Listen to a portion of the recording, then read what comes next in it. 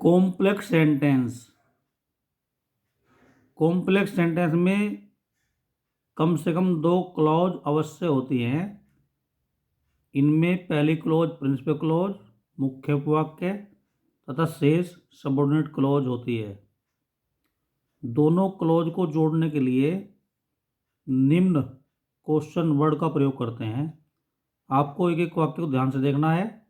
यदि आप board exam के स्टूडेंट हैं तो आज ही यूट्यूब पर सुपर डुपर मार्क्स की गारंटी के लिए हमारे चैनल को सब्सक्राइब करें। स्पोकन जलालाबाद वीडियो को शेयर करें और बेल आइकन दबाना न भूलें। इसमें सबसे पहली क्लास होती है नाउन क्लास। तो देख लीजिए आप नाउन क्लास के सेंटेंस किस तरह से आते हैं। बोर्ड एग्जाम के लिए बड़ी सुपर डुपर रहने वाली आज की वीडियो। दूसरी होती है एडजेक्टिव क्लास, तीसरी होती है एडवर्ब क्लास। आज हम आपको केवल नाउन क्लास बताने वाले हैं। देखिए ध्यान से। पहला सेंटेंस, सिंपल को कॉम्प्लेक्स में बदलना। He is a killer, it is known to all. वह एक हत्यारा है, सब जानते हैं। ये 2 सिंपल सेंटेंस हैं, इनको कॉम्प्लेक्स बनाना है। That he is a killer is known to all, कि वह हत्यारा है सब जानते हैं। यहाँ पर कॉम्प्लेक्स सेंटेंस बनाने के लिए दैट कंजक्शन का प्रयोग किया गया है। और दैट का मतलब यहाँ की है, या इस तरह भी कह सकते हैं it is known to all that he is a killer, इस तरह भी कह सकते हैं। She says something it is not true, वह कुछ कहती है सत्य नहीं है। What she says is not true, जो कुछ वह कहती है सत्य नहीं है। यहाँ कॉम्प्लेक्स सेंटेंस बनाने के लिए वाट का प्रयोग किया गया है। वाट का मतलब यहाँ जो कुछ है, या it is not true what she says, इस तरह भी कह सकते हैं। अगले सेंटेंस पर आते हैं। Someone has picked up my pocket I do not know, किसने मेरी जेब काट ली है मैं नहीं जानता। I do not know who has picked up my pocket, मैं नहीं जानता मेरी जेब किसने काटी है।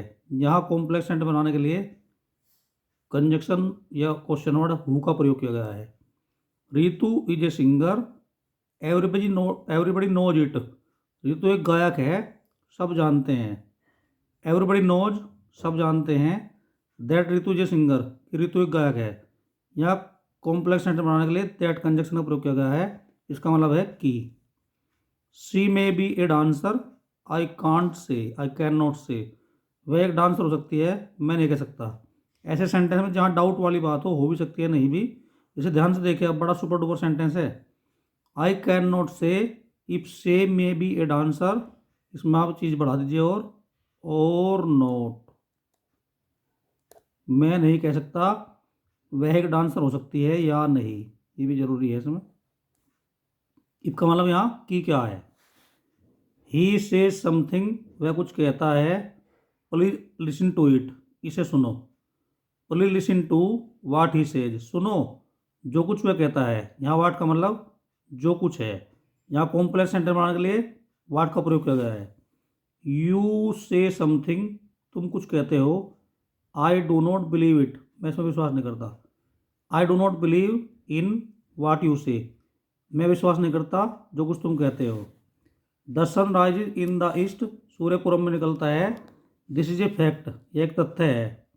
इसे इस तरह कहेंगे, the fact is that sun rise in the east, तथ्य है कि सूर्य पूरब में निकलता है। या ये भी कह सकते हैं it is a fact that the sun rise in the east, यहाँ दिस को इट में बदला गया है, ध्यान से देखिए आप। It is a fact that the sun rise in the east. She will come here, this is my believe, वह यहाँ आएगी मेरा विश्वास है। I believe that she will come here, मेरा विश्वास है कि वह यहाँ आएगी। तो my dear student, guys and friend, board exam में सुपर डुपर मार्क्स की गारंटी के लिए आज ही सब्सक्राइब करें यूट्यूब पर हमारे channel spoken Jalalabad. That's all for the day. Have a very nice day.